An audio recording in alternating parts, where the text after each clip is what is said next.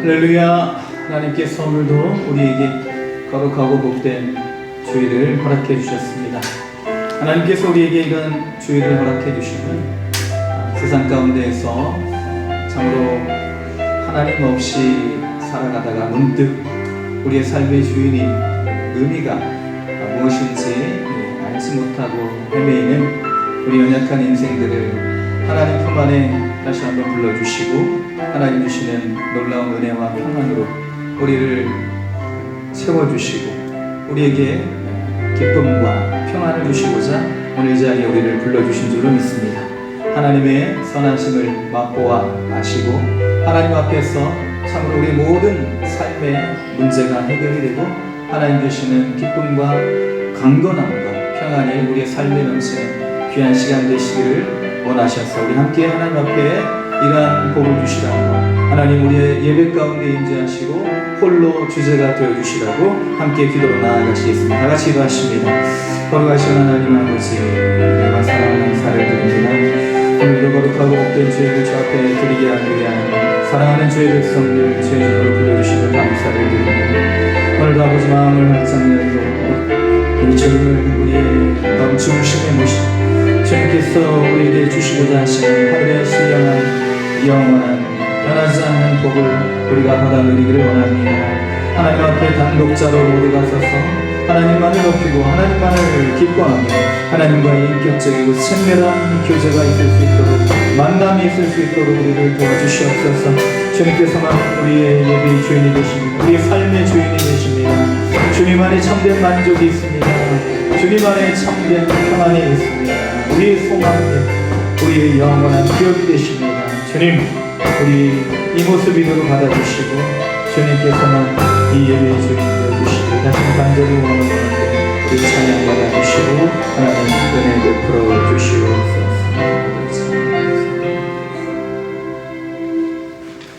우리는 예배자로 이 땅에 부름을 받았습니다.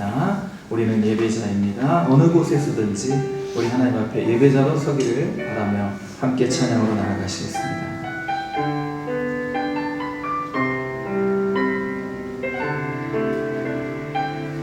나는 하나님을 예배하는 나는 하나님을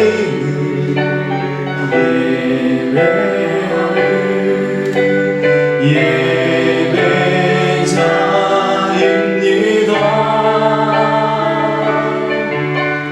내가 서 있는 곳에서 하나님을 예배합니다. 내 영혼 거룩한 은혜를 향하여 내 마음 완전한 하나님 향하여 이곳에서 하던 시간 하나님을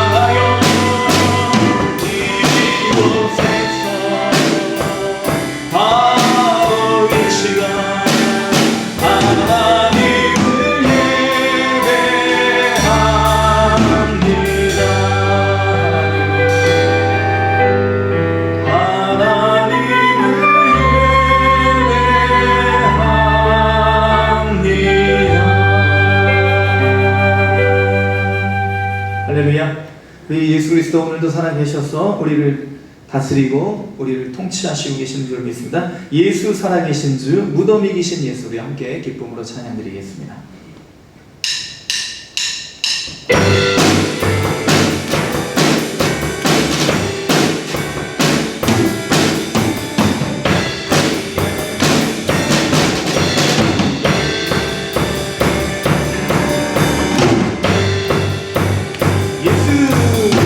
예수 살아계신 주 지금도 역사하시네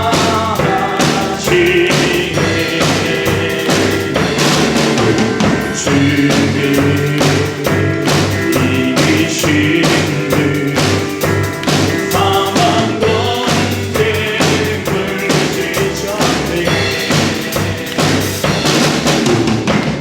어둠 속에 아침을 주의 빛으로 부르셨네 할렐루야 살아계신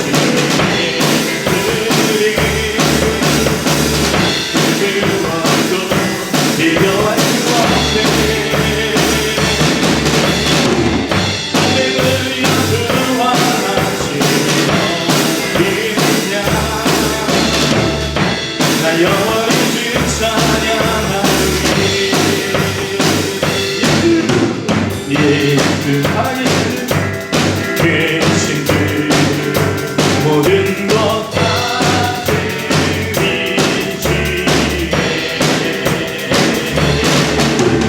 영광 존귀를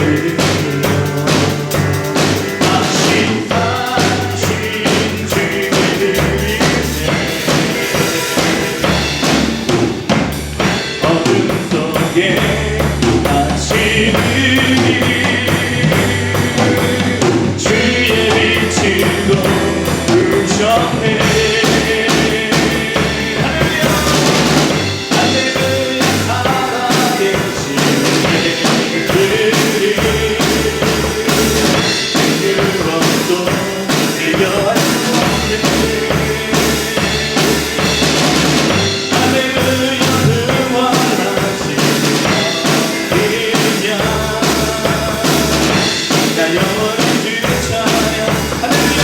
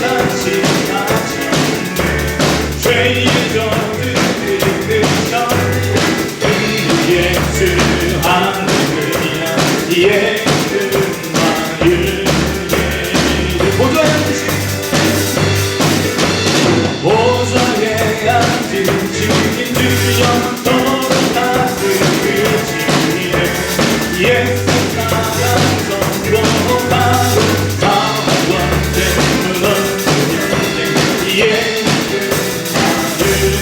예수 할렐루야 할렐루야 할렐루야 할렐루야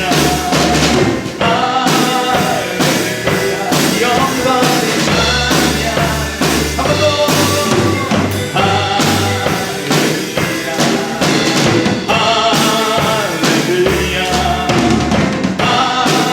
할렐루야 영광의 찬양 할렐루야 한 번 더 할렐루야 할렐루야 할렐루야 영광의 찬양 그대 영광의 찬양 그대 영광의 찬양 그대 아멘. 잘 모르셔도 뭔가 좀 은혜가 넘치지 않습니까? 네. 진정한 겸손이 무엇인지 우리 예수님께서는 가장 좋아하시는 분이 바로 겸손한 사람입니다. 하나님께서도 그런 겸손한 사람을 찾고 또 찾으시는 줄로 믿습니다. 우리 함께 겸손히 찬양 드리겠습니다.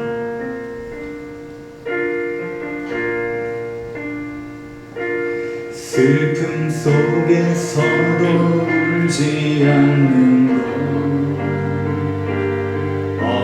억울해서 울지 않는 것 걱정할 수밖에 없는 상황 속에도 걱정하지 않는 것 사랑할 수 없는 사람조차도 사랑하며 품어주는 것 용서할 수 없는 사람일지라도 용서하여 주는 것 어떠한 자기 주장도 버리고 오직 모든 것을 주님 뜻에 맡기며 내가 강한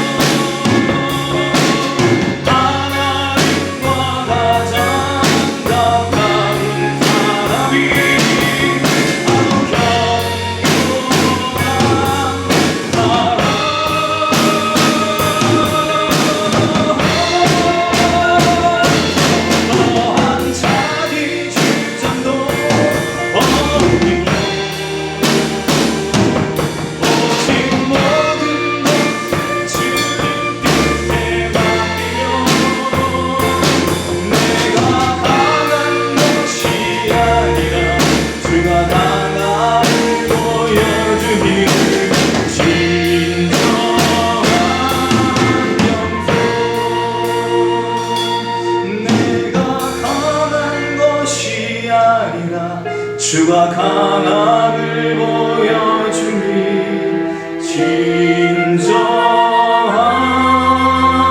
겸손.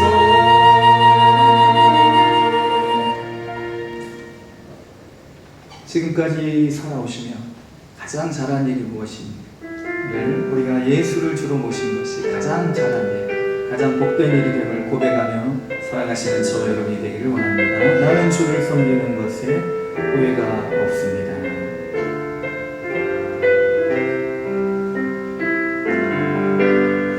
나의 평생에 가장 복된 일은 내가 예수님을 만난 것이라.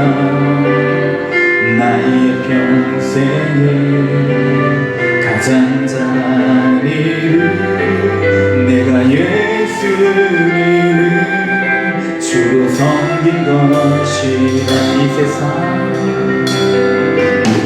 이 세상 살 동안 내가 걷는 길이 때론 험하여서 넘어질 때도 주의 강한 손이 나를 붙드시니 나는 예수님만 주로 섬기며 살리.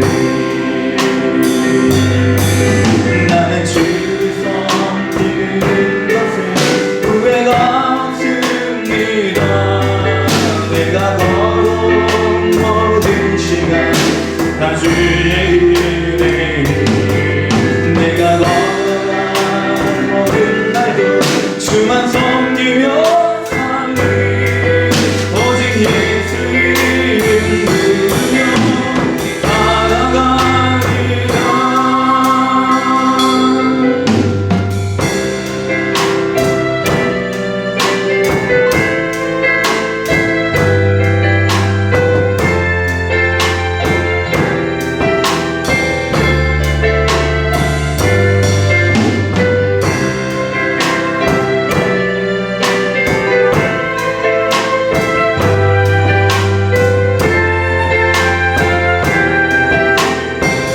나는 주를 섬기는 것에 나는 주를 섬기는 것에 후회가 없습니다. 내가 걸어온 모든 시간 다 주의 은혜니 내가 걸어간 모든 날도 주만 섬기며 살리. 오직 예수 이름 부르며 살아가리. 이것이 나의 간증이요 이것이 나의 찬송일세. 나 사는 동안 끊임없이 우주를 찬송하리. 이것이 나의 간증이요 이것이 나의 찬송일세. 나 사는 동안 끊임없이 우주를 찬송하리. 우주를 찬송 우주를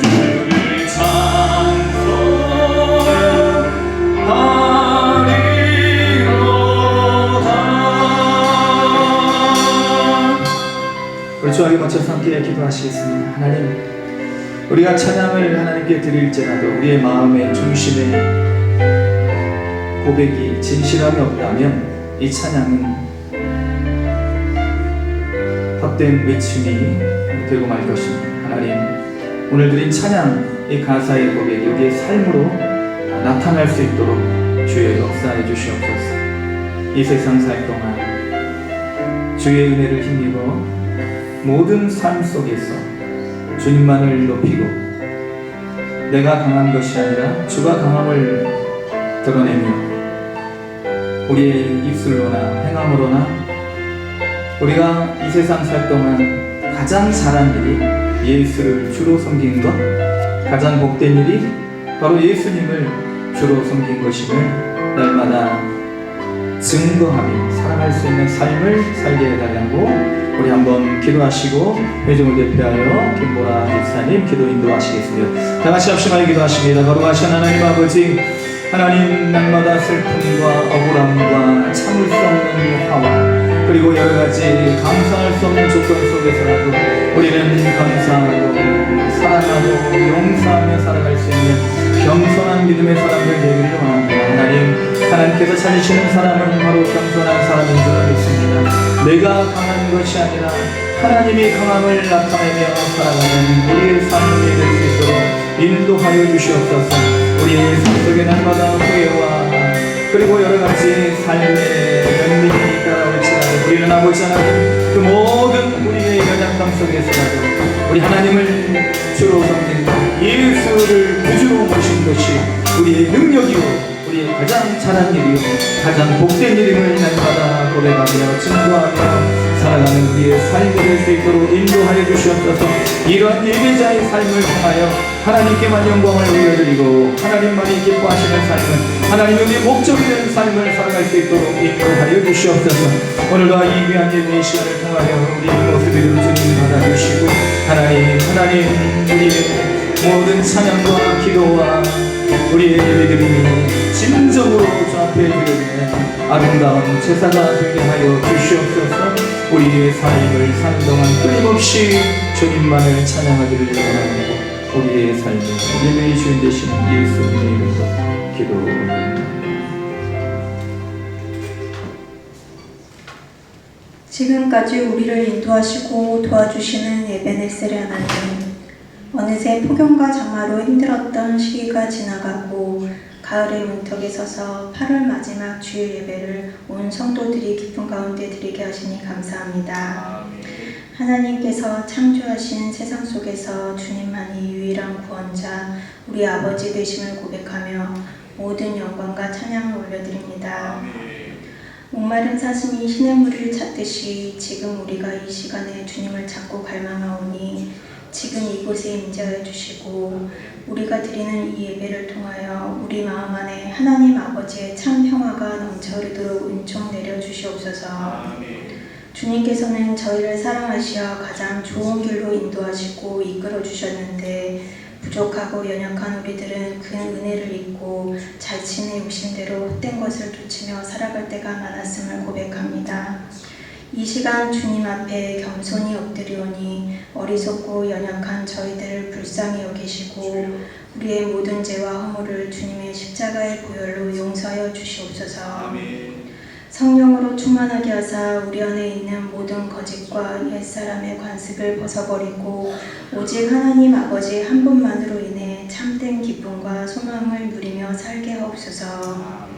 온 세계의 주인 되신 하나님, 세계 각국의 지도자들에게 주님이 원하시는 시기와 때를 아는 지혜를 허락하여 주시어 올바른 정책을 펴게 하시며 전쟁의 긴장과 갈등이 멈추길 원합니다. 또한 질병과 기후변화로 인하여 세계 경제가 무너지지 않도록 이 땅을 회복시켜 주시옵소서.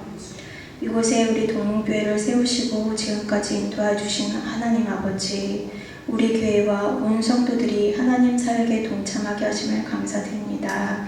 앞으로도 각자의 자리에서 복음을 전하며 성도라는 이름이 부끄럽지 않도록 어느 자리에서 무엇을 하든 주님의 선하심과 의로우심을 나타내며 주님 안에서 살아가게 하옵소서. 날마다 감사의 제목들을 발견하고 우리의 삶 속에서 신앙의 증거를 보이며 하나님의 자녀로 살아가길 원합니다. 다가올 가을의 풍성함을 사랑하는 이웃과 나누며 사랑으로 섬기는 은혜도 허락하여 주시옵소서. 진리의 하나님, 담임 목사님께서 말씀을 전하실 때 성령으로 붙드사 지혜의 말씀이 선포되길 기도합니다. 말씀을 통하여 주님의 은혜와 사랑을 되새기는 귀한 시간이 되며 선포되고 증거되는 하나님의 말씀으로 무뎌진 우리 삶의 변화가 일어나게 하옵소서.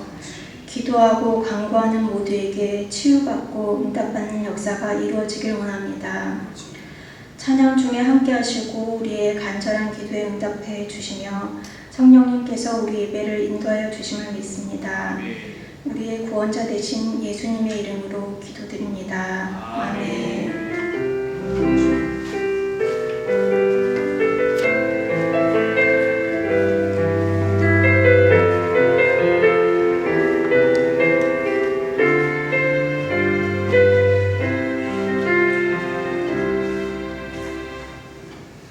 거룩하고 복된 주일 우리가 함께 보실 하나님의 말씀은 다니엘서 4장 34절로 37절의 말씀입니다.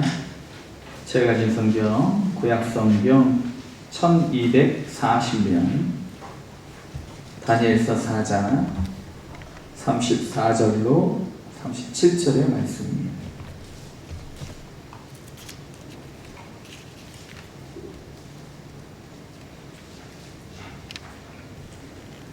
봉독해드리겠습니다. 그 기한이 참에 나 느부갓네살이 하늘을 우러러보았더니 내 총명이 다시 내게로 돌아온지라. 이에 내가 지극히 높으신 이에게 감사하며 영생하시는 이를 찬양하고 경배하였나니 그 권세는 영원한 권세요 그 나라는 대대에 이르리로다. 땅의 모든 사람들을 없는 것 같이 여기시며 하늘의 군대에게든지 땅의 사람에게든지 그는 자기 뜻대로 행하시나니 그의 손을 금하든지 혹시 이르기를 내가 무엇을 하느냐고 할 자가 아무도 없도다. 그때 내 총명이 내게로 돌아왔고 또 내 나라의 영광에 대하여도 내 위엄과 광명이 내게로 돌아왔고 또 나의 모사들과 관원들이 내게 찾아오니 내가 내 나라에서 다시 세움을 받고 또 지극한 위세가 내게 더하였느니라. 그러므로 지금 나 느부갓네살은 하늘의 왕을 찬양하며 칭송하며 경배하노니 그의 일이 다 진실하고 그의 행하심이 의로우심으로 교만하게 행하는 자를 그가 능히 낮추심이라. 아멘. 성경과 관계 있는 5대 제국이 있습니다. 바로 북이스라엘을 멸망시킨 아수르 왕국, 이제 애굽을 제외하고 북이스라엘을 멸망시킨 아수르 왕국 제국, 그리고 남유다 멸망과 관계 있는 바벨론 제국, 그리고 바벨론에 있는 포로들을 자기 나라로 가나안 땅으로 이스라엘 백성은 가나안 땅으로 각기 그 나라의 백성들을 각기 자기 고국으로 돌아가도록 포로 귀환을 시켰던 페르시아 제국. 그래서 이런 약속의 말씀들이 이렇게 이루어지는 것이죠. 각 나라를 통해서. 그리고 언어와 문화로 성경의 기록과 전파에 도움을 준 신구약 중간기에 해당하는 헬라 제국, 알렉산더 대왕, 유명한 알렉산더 대왕이 이렇게 일으켰던 그 헬라 제국. 그리고 이제 로마 제국, 예수님 당시에 유대를 식민지화했고 그 유럽에 있어서 가장 큰 제국을 이루었던 로마 제국. 그런데 이제 이 로마 제국은 기독교 확장에 있어서 지대한 영향을 끼쳤습니다. 로마가 이제 이루어놓은 뭐 이런 여러 가지 업적들이 많이 있는데 가장 큰 업적이 뭐냐면 바로 도로를 개설한 것이었어요. 도로. 그래서 모든 길은 어디로? 로마로 통한다라는 그런 말이 있을 정도로 이 로마가 도로를 여러 방면으로 잘 닦아놨어요. 그래서 이제 왜 이렇게 도로를 잘 준수를 하였는가? 이제 세금 걷어들이려고. 곡물들, 다른 이제 많은 이제 멀리 있는 나라들로부터 이제 그 곡물을 받아와야 되는데 오다 보면 이제 상할 수도 있고, 음식 같은 경우에는 또 돈 같은 경우에는 험한 길 오다가 잃어버릴 수 있고 도둑 맞을 수도 있고 하니까 도로를 잘 닦았는데 그 도로를 통해서 뭐가 전파됐냐면 들어오기는 돈이나 음식이나 여러 귀중품들이 들어왔고 나가기는 복음이 이 도로를 통해서 온 유럽에 그렇게 전해지게 되었다는 것입니다. 그래서 만약에 로마가 없었다면, 그래서 이제 각 나라별로 이렇게 각 나라가 국수주의, 그러니까 이제 자국 중심주의, 이제 요즘 뭐 트럼프도 그렇지만 민족주의, 미국 중심주의, 그런 어떤 그런 국수주의를 주장하는 것이 당연한 것 아니겠습니까? 그래서 만약에 각 나라별로 로마가 통일하지 않고 제국을 이루지 않고 이렇게 각 나라별로 따로따로 떨어져 있으면서 뭐 장벽이 있거나 뭐 어떤 그런 민족 간의 국수주의 정책을 펼쳤다면 복음이 그만큼 빨리 전파되지 못했을 것이다 라고 이렇게 생각하는 것입니다. 그래서 이제 이 아수르와 바벨론과 헬라와 로마 그리고 이제 페르시아 제국 그래서 아수르, 바벨론, 페르시아, 헬라, 로마 이 5대 제국이 성경과 관련이 있는 제국인데 오늘 본문의 느부갓네살은 바로 이 바벨론 제국의 번성기를 이루었던 왕입니다.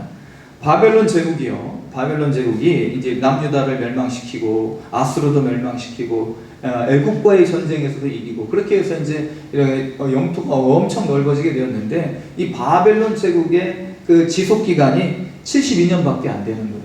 조선왕조는 몇 년? 500년.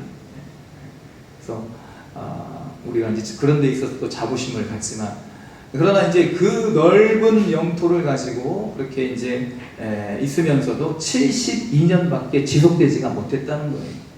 그리고 이제 이 바벨론의 72년 동안 43년을 이 느부갓네살 왕이 다스립니다. 그래서 느부갓네살이 뭐 이렇게 이제 전쟁을 이기고 또 영토를 넓히고 그럼으로 인해서 바벨론 제국을 일으켰던 아주 중요한 장본인이라 할 수가 있습니다. 이 바벨론 느부갓네살의 2대 왕이었고 느부갓네살은 바벨론 제국의 2대 왕이었고 그리고 유다를 이제 정복하고 유다에서 이제 그 볼모로 왕도 여호와긴 왕도 잡아가고 그리고 다니엘과 그 세 친구를 또 잡아가고 그리고 그러므로 인해서 이 이스라엘이 다시 재건하지 못하게 하는 그런 정책을 펼쳤어요. 그러니까 유력한 사람들, 그러니까 나라의 어떤 그런 정신적 지주 같은 사람들을 다 이제 바벨론으로 잡아간 거예요. 그래서 이와 같이 느부갓네살은 이제 유다를 정복하고 다른 나라를 정복하고 그렇게 이제 큰 제국을 이루어서 43년 동안을 이렇게 제위에 있었는데 그 중에 7년이라는 기간은 아마도 이제 그 대적들에 의해서 쫓겨나서 궁궐에서 쫓겨나서 광야에서 짐승과 같은 그런 세월을 보냈던 기간이 바로 7년이라는 기간이 있습니다. 그래서 7년 동안 그렇게 광야에서 짐승과 같이 살다가 다시 이제 복귀가 되어서 1년 왕위에 있다가 이제 서거를 하게 됩니다. 그래서 오늘 이 다니엘서 4장을 저희들이 읽었는데 다니엘서 1장 1절을 보면 유다 왕 여호와김이 다스린 지 3년에 바벨론 왕 느부갓네살이 예루살렘에 이르러 성을 에워쌌더니 그래서 이 느부갓네살이요 유다를 침공을 해서 605년 597년 BC Before Christ 예수님 오시기 전에 BC 605년 597년 586년 이 세 번에 걸쳐서 유다를 침공하게 되고 605년에는 이제 앞서 말씀드렸던 여호와긴 왕 그리고 다니엘과 그 세 친구들 또 유력한 사람들을 첫 번째로 잡아가고 또 597년에 와서 또 이제 잡아가고 그리고 이제 세 번째 마지막 586년에는 완전히 이제 성전을 멸망시키는 거죠. 성전이 완전히 이제 무너뜨리는 거죠. 이 성경에 예언된 대로. 그래서 이런 느부갓네살은 하나님이 들어 쓰시는 회초리였어요. 이스라엘 백성을 징계하기 위해.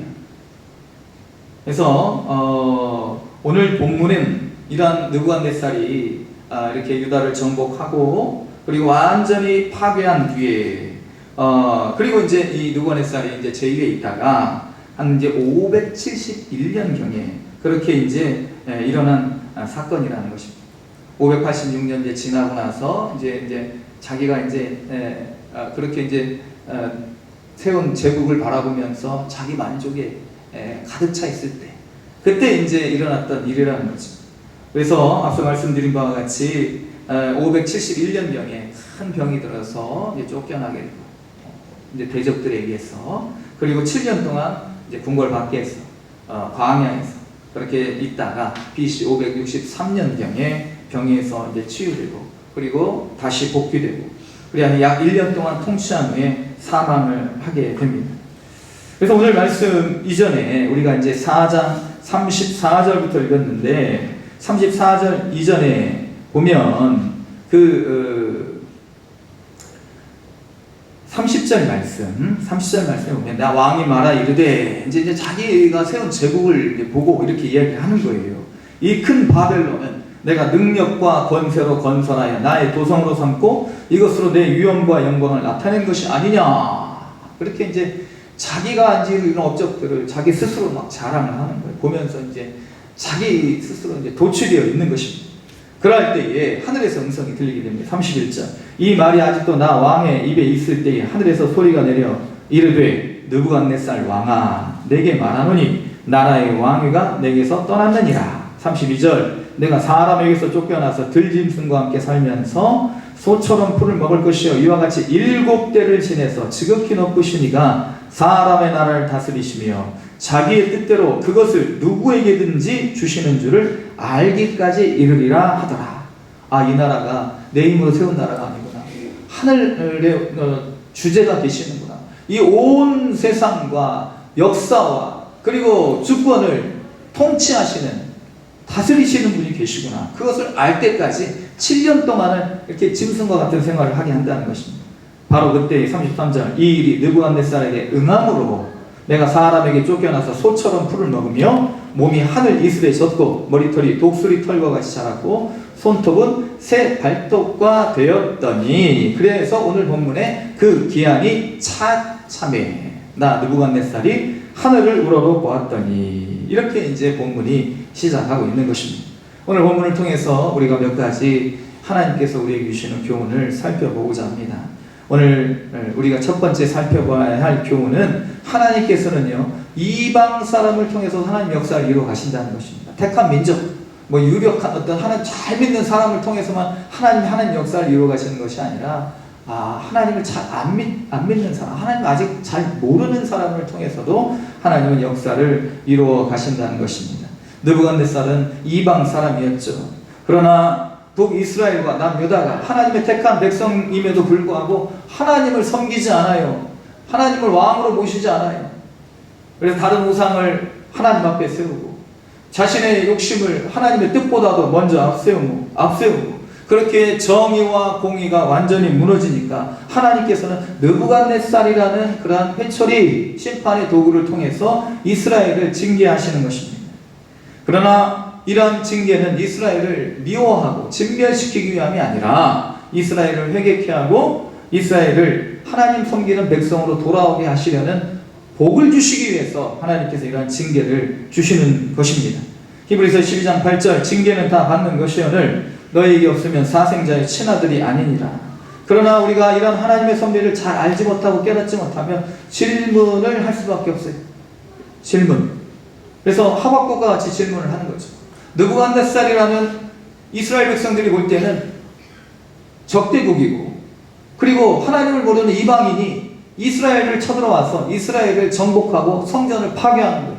그러니까 하박국 같은 사람은 이러한 것을 보면서 이해하지를 못하는 거예요. 하나님, 주께서는 눈이 정결하심으로 악을 참아보지 못하시며 폐역을 참아보지 못하시거늘 어찌하여 거짓된 자들을 방관하시며 악인이 자기보다 의로운 사람을 삼키는데도 잠잠하시나이까. 느부갓네살이라는 악인이 왜 선한 하나님의 택한 백성들을 이렇게 쳐들어와서 잡아가고 죽이고 그렇게 핍박하는데도 하나님 참고 왜 잠잠하고 계시는 것입니까? 그럴 때 하나님의 대답은 종말이 속히 이를 것이다. 악인들의 종말은 속히 이르게 될 것이다. 이 역사의 종말도 속히 이르게 될 것이다. 그러나 그 마음이 교만하다면 그 모든 사람들 택한 백성이 되었던 느부갓네살과 같이 그렇게 하나님의 도구로 잠시 쓰임을 받았던 이 사람이 그렇게 교만하게 되면 하나님께서 그 교만을 낮추시고 오히려 의인은 이런 자기들이 세운 업적과 자기들이 이루어 놓은 모든 그런 자기들의 자랑을 인하여 살아갈 것이 아니라 믿음으로 말미암아 살 것이다 라고 하나님은 말씀을 해 주십니다. 사랑하는 성도 여러분, 우리에게 있어서 형통은 신앙의 목적이 되어서는 안 됩니다. 형통은요 하나님을 섬기기 위한 도구가 되어야 되는 거죠. 그래서 형통이라는 것이 고난이 없는 상태가 아닙니다. 믿음의 사람들에게는 하나님께서 우리에게 주시는 형통은 어떠한 상황에서든지 하나님과 함께하는 것입니다. 그러니까 고난을 통해 하나님 징계를 주시면 그 징계가 하나님을 알고 하나님을 찾고 하나님을 더 붙잡게 되는 것이 된다면 고난이 유익이 되고 고난이 형통이라는 것입니다. 시편 34편 19절 말씀, 의인에게는 고난이 많다는 것입니다. 그러나 여호와께서는 그 고난에서 건져주십니다. 어떠한 고난? 고난으로 인해서 하나님을 멀리하게 되는 거기에서 하나님이 우리를 건져주신다는 것입니다. 의인이 고난이 많은 이유가 또 시편 말씀에 나와 있습니다. 대적하는 세력이 있기 때문인 것이죠. 시편 38편 20절, 악으로 선을 대신하는 자들이 내가 선을 따른다는 것 때문에 나를 대적하나이다. 왜 너 착한 일을 해? 너 왜 이렇게 예수 믿어? 하면서 이렇게 핍박하고 그 고난을 주는 대적들이 있기 때문에 의인이 고난을 받을 수밖에 없다는 것이죠. 그래서 우리 신앙의 목적은 어떠한 경우에서도 하나님과 단절되지 않는 것이 돼야 됩니다. 단절되지 않는. 만약에 세상에서 성공하고 형통한 것이 목적이 되면 세상에서의 형통이 목적이 되면 신앙이 수단이 되는 거예요. 하나님이 수단이 되는 것입니다. 하나님은 우리의 행복을 이루어주는 수단이 아니라 우리의 신앙의 삶의 목적이 되어야 될 줄로 믿습니다. 잠언 21편 4절 말씀, 21장 4절 말씀, 눈이 높은 것과 마음이 교만한 것과 악인이 형통한 것은 다 죄니라. 하나님을 섬기자는데 형통하고 있다. 우리가 부러워할 필요가 없어요. 그것은 죄이기 때문에. 그리고 이런 죄인들은 속히 멸망을 맛보게 되고 주님 오셨을 때에 우리 고난 속에서도 믿음을 잃지 않았던 우리들에게는 하나님께서 진정한 상급과 형통을 주실 줄로 믿습니다. 그래서 하나님께서는요, 이방 사람들을 통해서도 하나님의 역사를 이루어 가십니다. 두 번째, 하나님은 회개하는 자들을 사용하시는 것을 알 수 있습니다. 회개하는 자들을 사용하시죠. 오늘 34절 말씀, 그 기한이 참에 나 느부갓네살이 하늘을 우러러보았다는 것. 지금 느부갓네살은 전에는 뭘 봤습니까? 이야, 이제 30절 말씀에 다시 보시면 이 큰 바벨론은 내가 능력과 권세로 건설하여 나의 도성으로 삼고 이것으로 내 위엄과 영광을 나타낸 것이 아니냐. 자기가 세운 바벨론 성을 보는 거예요. 니네의 성을 보는 거예요. 자기를 따르는, 자기 앞에 고개 숙인 수많은 사람들을 보는 거예요. 이 느부갓네살이 누구를 바라보고 있습니까? 하늘을 우러러보고 있다는 거예요. 하늘을. 여기에서 이 하늘이라는 단어는요, 스카이라는 단어, 공중이라는 단어를 쓰지 않았습니다.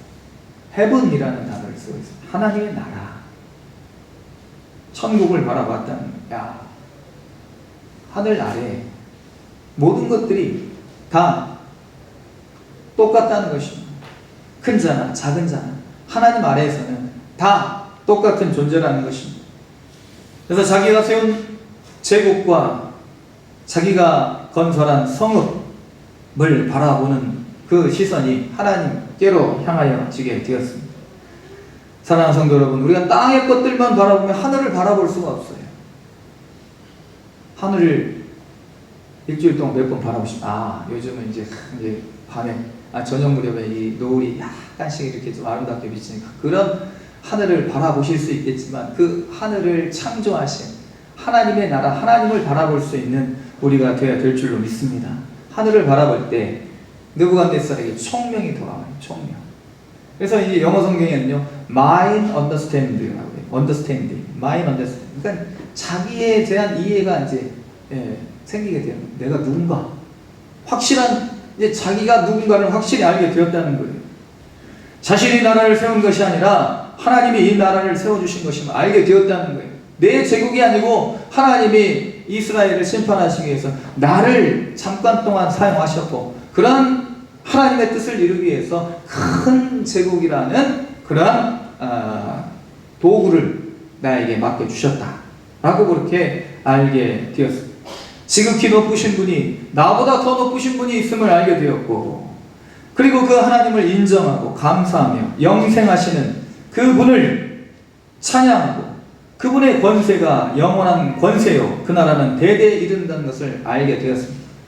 앞서 이 바벨론 제국이요, 70년 동안을, 거의 한 70년 동안을 그렇게 지속되지 않았습니까? 70년도 못 됩니다.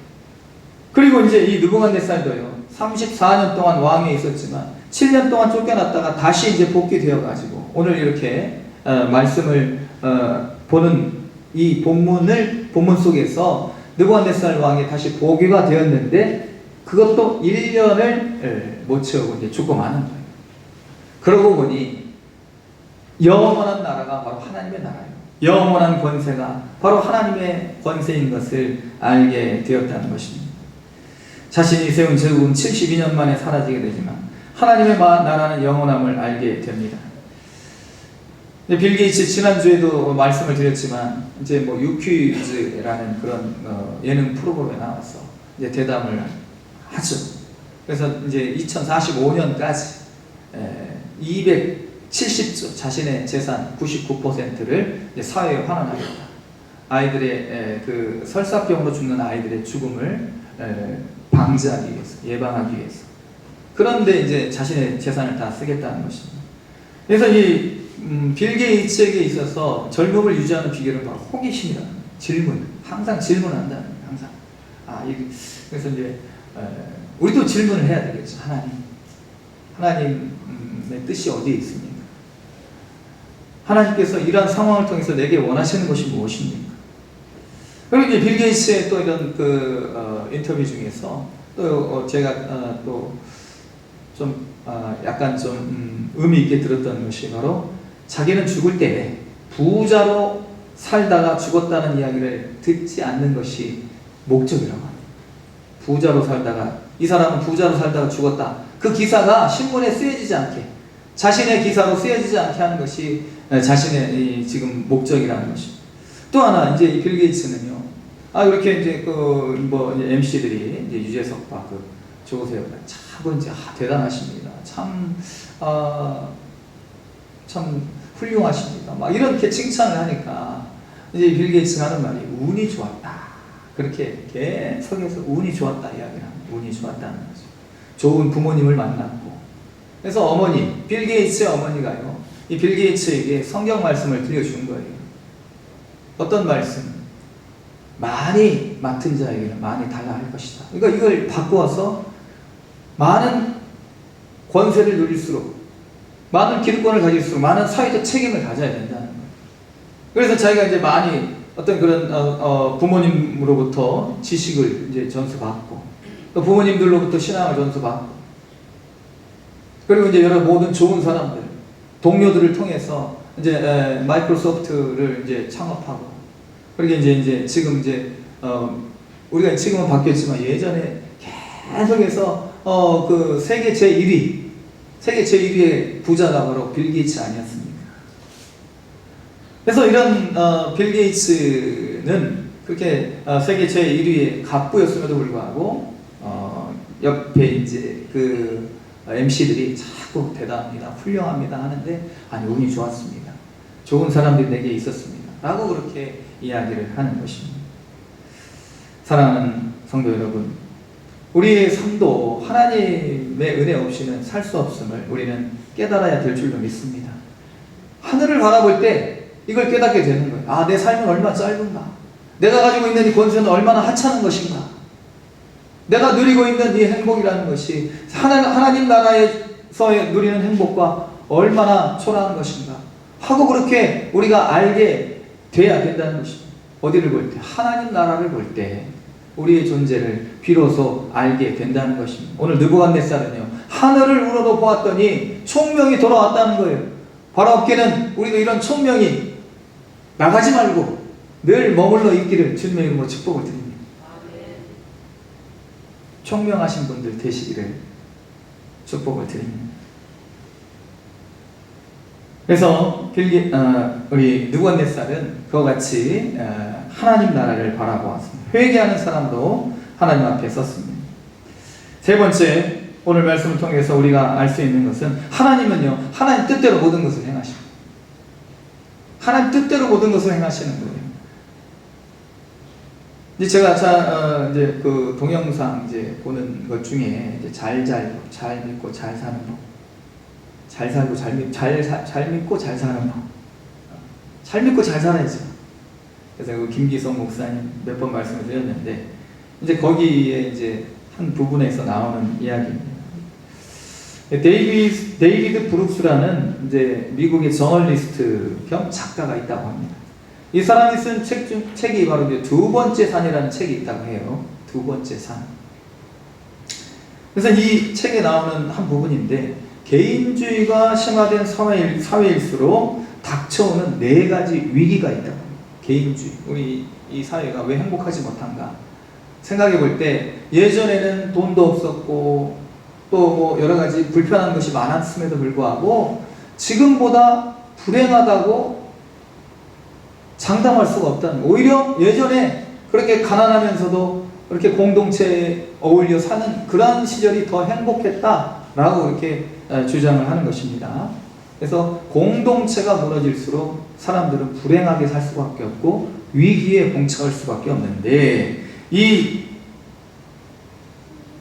4가지 위기를 이제 이야기하는데, 첫 번째가 외로움이라는 거예요. 개인주의가 심화된 사회에서 사람들은 고립감, 단절감을 느낀다는 거예요. 그래서 사람들을, 내가 만약에 아프고 힘들면 누가 나를 도와주지? 예전에는 누가 나를 도와주겠지? 막 이 사람도 생각나고 저 사람도 생각나고 그랬는데, 지금은 내가 아프면 생각나는 사람 별로 없다는 거예요. 그래서 그런 것들 때문에 고립감, 단절감으로 인해서 외로움을 느낀다는 거. 그 다음에 두 번째는요, 앞서 말씀드린 것과 연결선상에서 불신. 이제 이런 사회가 불신으로 이제 가득 차게 된다. 믿을 것 누구밖에 없다? 나밖에 없다. 나 자신밖에 없다. 그렇게 사람들이 생각하는 거예요. 그러니 얼마나 힘들게 살겠습니까? 세 번째는요, 세 번째 위기는 불신. 의미의 위기. 의미의 위기. 그러니까 내가 왜 사는지에 대한 의미를 찾지 못해요. 인간이 가장 인간답게 느낄 때가 언제냐면, 타자의 요구에 응답할 때 가장 많은 의미를 느낀다고 합니다. 의미. 누군가를 도와주고 그 사람이 그 고마워하면서 나로 인해서 그 사람의 삶의 질이 향상이 될 때, 그때 이제 삶의 의미를 느끼게 된다는 거예요. 그러나 지금 이 사회는 타자를 내 삶의 의미로 바라보지 않고 경쟁 상대로 바라본다. 경쟁 상대로.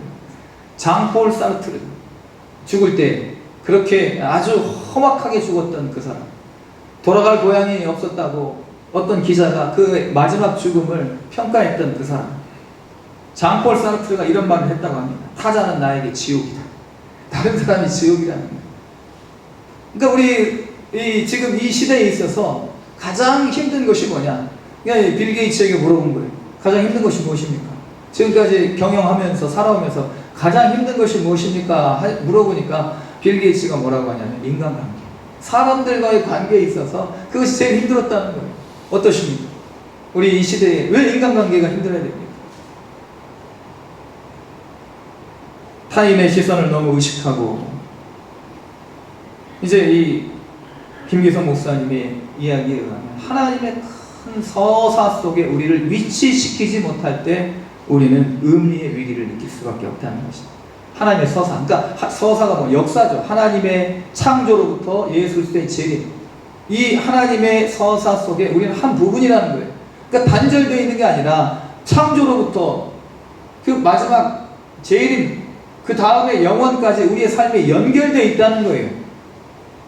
이 서사 속에 우리를 위치시키지 못하면 우리는 우리의 삶의 의미를 느끼지 못하게 된다는 거예요.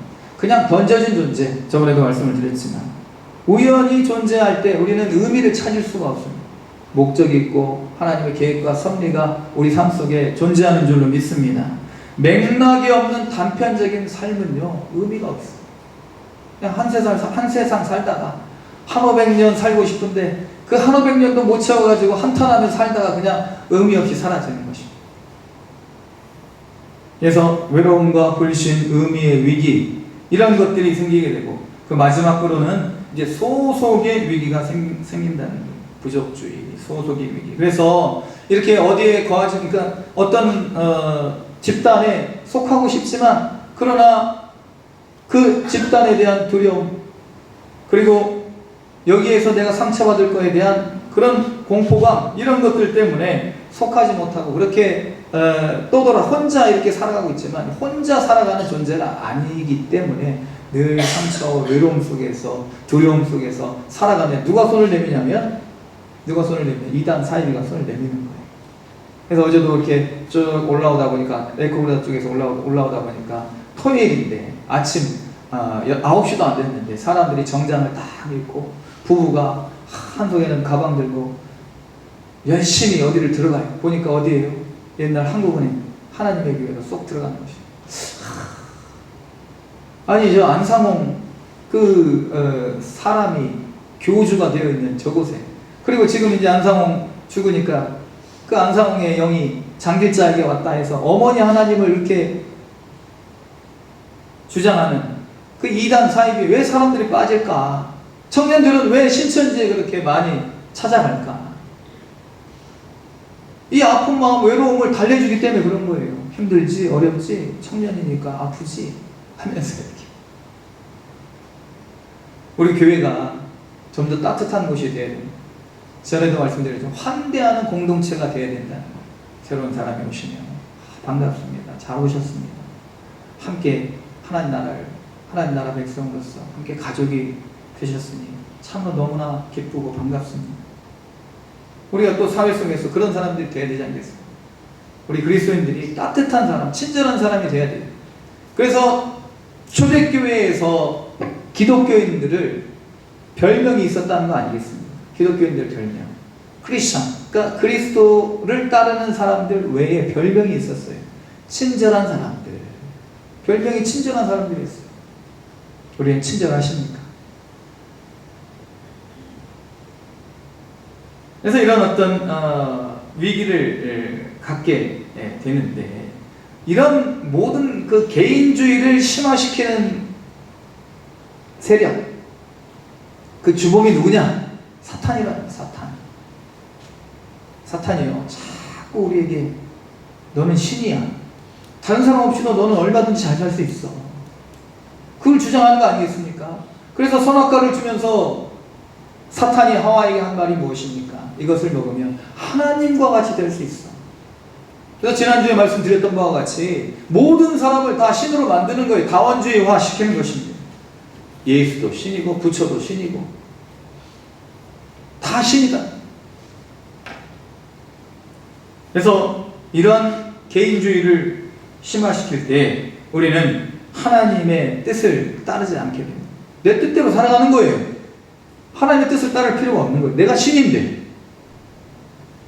그래서 누군가가 말하기를 지옥은 어떤 곳인가? 끊임없이 자기만을 생각하는 곳이 지옥이라는 거예요. 끊임없이. 지난주에 말씀드렸듯이 무간지옥이라는 것은 틈이 없는 곳이 바로 지옥이라는, 무간, 그러니까 고통을 쉴 틈도 없고 그리고 죽을 틈도 없고 끊임없이 그렇게 쉼이 없이 그렇게 고통받는 곳이 바로 지옥이라는, 우리가 좀 틈이 있고 쉼이 있는 삶을 살아야 되지 않겠습니까? 이 안식일은요, 하나님이 우리를 좀 힘들게 어렵게 하고 잠 못 자게 하고 이렇게 하나님 우리를 어렵게 하기 위해서 이 안식일을 주신 것이 아니에요. 안식일을 통해서 하나님께서 원하시는 것은 바로 쉼을, 안식을 얻으라는 거예요. 삶의 주인이 하나님임을 고백할 때 우리는 실수해도 우리 스스로가 용납할 수 있는 거예요. 다른 사람의 시선을 그렇게 의식하지 않으며 살아갈 수 있는 것입니다. 사랑하는 성도 여러분, 하나님께서는 하나님의 뜻대로 모든 것을 이루어 가십니다. 그 서사에 우리가 있어요. 그러니까 우리의 뜻이 이루어지는 것이 아니라 하나님의 뜻이 이루어지기를 위하여 살아갈 때 우리는 비로소 행복한 삶을 살아갈 수가 있는 것입니다.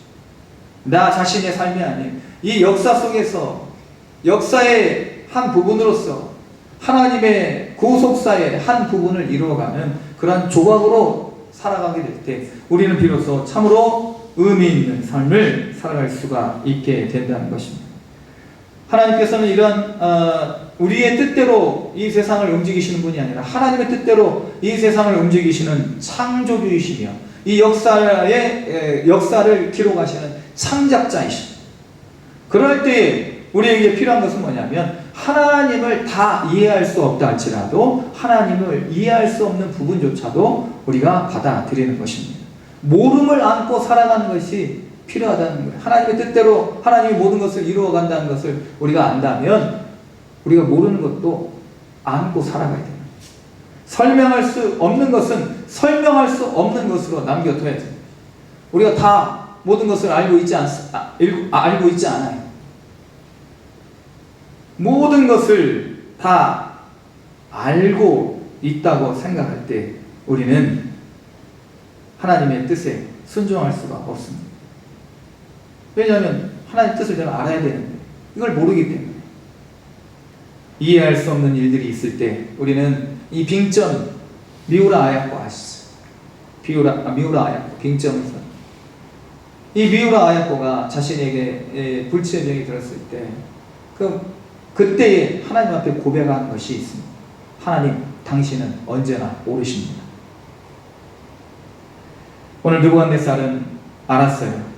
35절. 땅의 모든 사람들을 없는 것 같이 여기시며 하늘의 군대에게든지 땅의 사람들에게든지 그는 자기 뜻대로 행하시나니 그의 손을 금하든지 혹시 이르기를 내가 무엇을 하느냐고 할 자가 아무도 없도다. 이런 믿음이 우리에게 있어야 되는 것이죠. 이런 총명이 돌아왔습니다.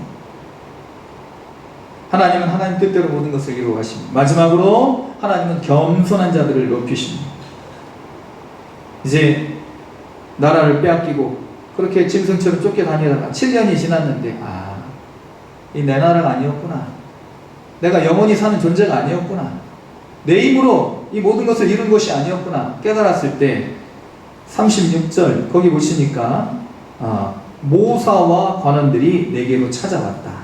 내가 내 나라에서 다시 세움을 받고 또 지극한 위세가 내게 더하여졌느니라. 여기 보시면 36절에서 다시 한번 보시면 내게 총명이 돌아왔고 그리고 내 나라의 영광에 대하여도 내 위엄과 광명이 내게로 돌아왔고 모사와 관원들이 내게 찾아왔고 지극한 위세가 내게 더하여지고 이런 것을 가르쳐서 이제 문법에서 수동태라고 하는 거죠.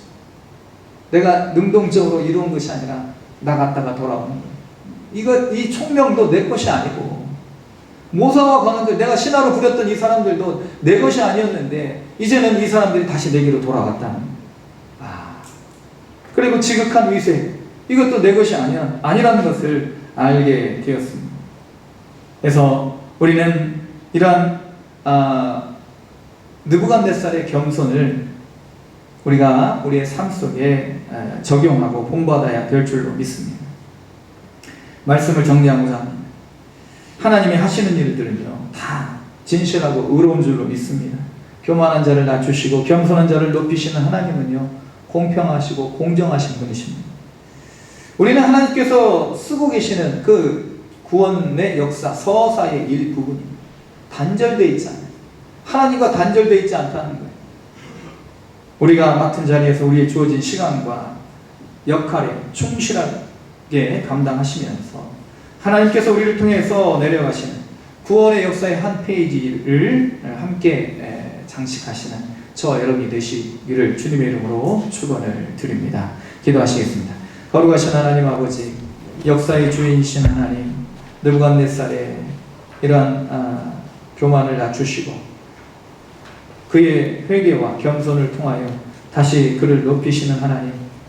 하나님은 겸손한 자를 찾으시고 겸손한 자를 통하여서 하나님의 위대한 역사를 이루어가고 계시는 줄로 믿습니다.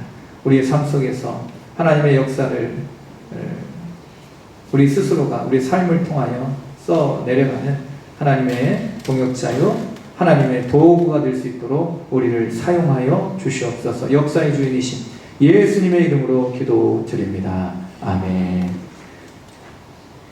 찬송가 19장 찬양 드리겠습니다.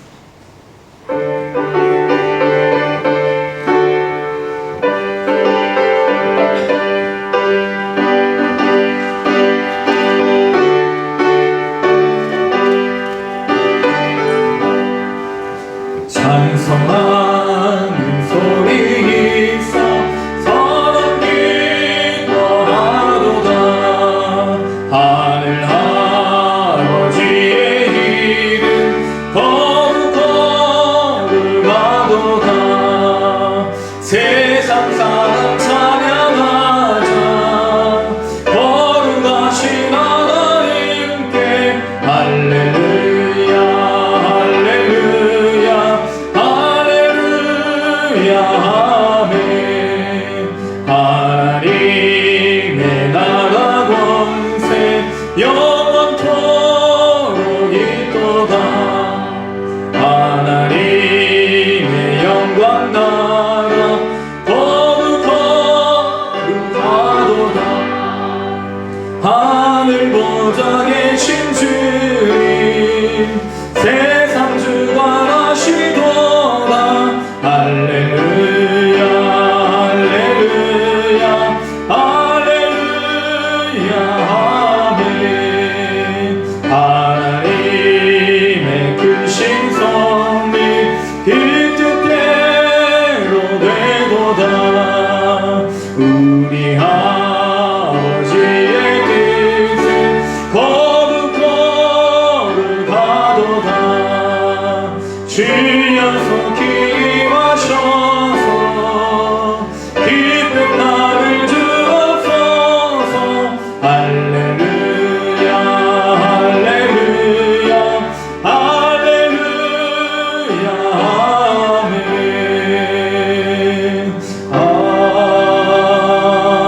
아멘. 하나님의 모든 뜻은 그 뜻대로 되는 줄로 믿습니다. 하나님의 모든 뜻은 우리에게 유익이 되고 기쁨이 되고 복이 되는 줄로 믿습니다. 하나님의 뜻을 온전히 깨닫지 못할지라도 하나님의 선하신 그분의 절대의 선 앞에서 늘 겸손히 엎드려 순종하고 하나님의 뜻이 우리의 삶 속에서 늘 이루어지기를 바라고 구하는 삶을 살아가는 우리 모든 주의 백성들 되게 하여 주시옵소서. 구원받은 백성 삼아주시고 하나님의 나라 백성으로 살아갈 수 있도록 오늘도 우리를 주님의 전에 불러주셨으니 이 귀한 전에서 드리는 예배와 예물을 우리의 마음과 정성을 주님 흠양하여 주시고 주님의 영광을 위하여 나라를 위하여 친히 사용하시는 거룩한 예물이 되게 하여 주시옵소서. 가족의 건강 감사하며 범사에 감사하며 하나님 감사합니다. 범사에 감사합니다. 범사에 감사합니다. 범사에 감사합니다. 범사에 감사합니다. 우리의 드리는 감사의 기도를 흠양하여 주시고 우리 모든 성도들 감사 위에 감사를, 은혜 위에 은혜를, 평강 위에 평강을, 복에 복을 더하여 주시옵소서. 우리 모든 것 되신 예수님의 이름으로 기도드립니다. 아멘. 교회 소식 말씀드리겠습니다. 주보 뒷면을 참조해 주시기 바랍니다. 예배를 사랑하시고 적극적으로 참여해 주시기 바랍니다. 다음 주일 일부 예배는 전통 예전 예배로 드리겠습니다. 일부 예배 후에 소급 인도자 모임이 목양실에 잠시 있겠습니다. 우리 교역장님들 또 이제 중보기도 또 전도 또 큐티 맡고 계시는 리더들 잠깐 모여서 이제 우리 앞으로 일정에 대해서 잠깐 의논하도록 하겠습니다. 온라인 예배 참조해 주시고 한영원 구원을 위해 기도하시고 전도에 힘쓰는 우리 모두가 되기를 바랍니다. 9월 예배위원들께서는 주보와 게시판을 참조하시고 기도로 준비해 주시기 바랍니다. 일부 예배 마치고 애창 후에 간단히 교회 청소가 있겠습니다.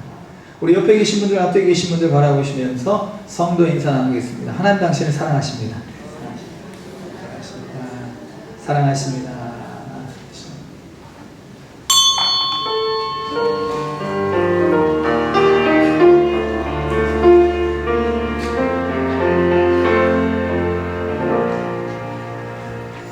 하늘에 계신 아버지 이름 거룩하사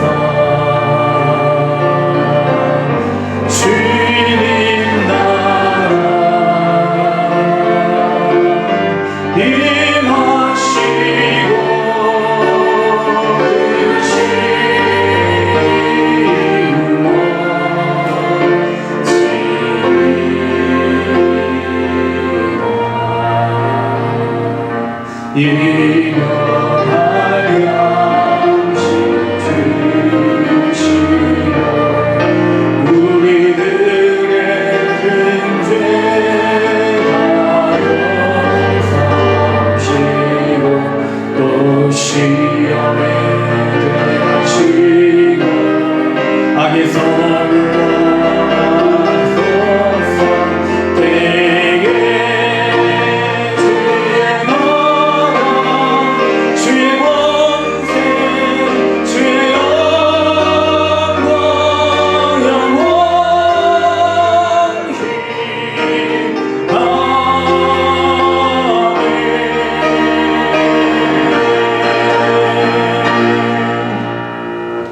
이제는 우리 주 예수 그리스도의 크신 은혜와 하나님 아버지의 극진하신 사랑하심과 성령님의 감동감화 충만 교통하심의 역사가 우리의 삶이 하나님의 구속의 역사와 잇대어 의미 있고 복된 존재로 살아가도록 하나님께서 우리를 불러주시고 하나님 구원의 서사로 이야기로 우리를 사용하시는 그 선하신 뜻을 알고 믿고 깨닫고 그 구속사의 도구로 쓰여지기를 원하여서 오늘도 주님 앞에 예배를 올려드린 사랑하는 주의 백성들, 이 믿음의 고백과 결단과 발걸음 위에 종들의 가정과 삶의 자리와 또 섬기는 직장 위에 우리 모든 연약한 환우들 위에 재난과 위기로 고통받고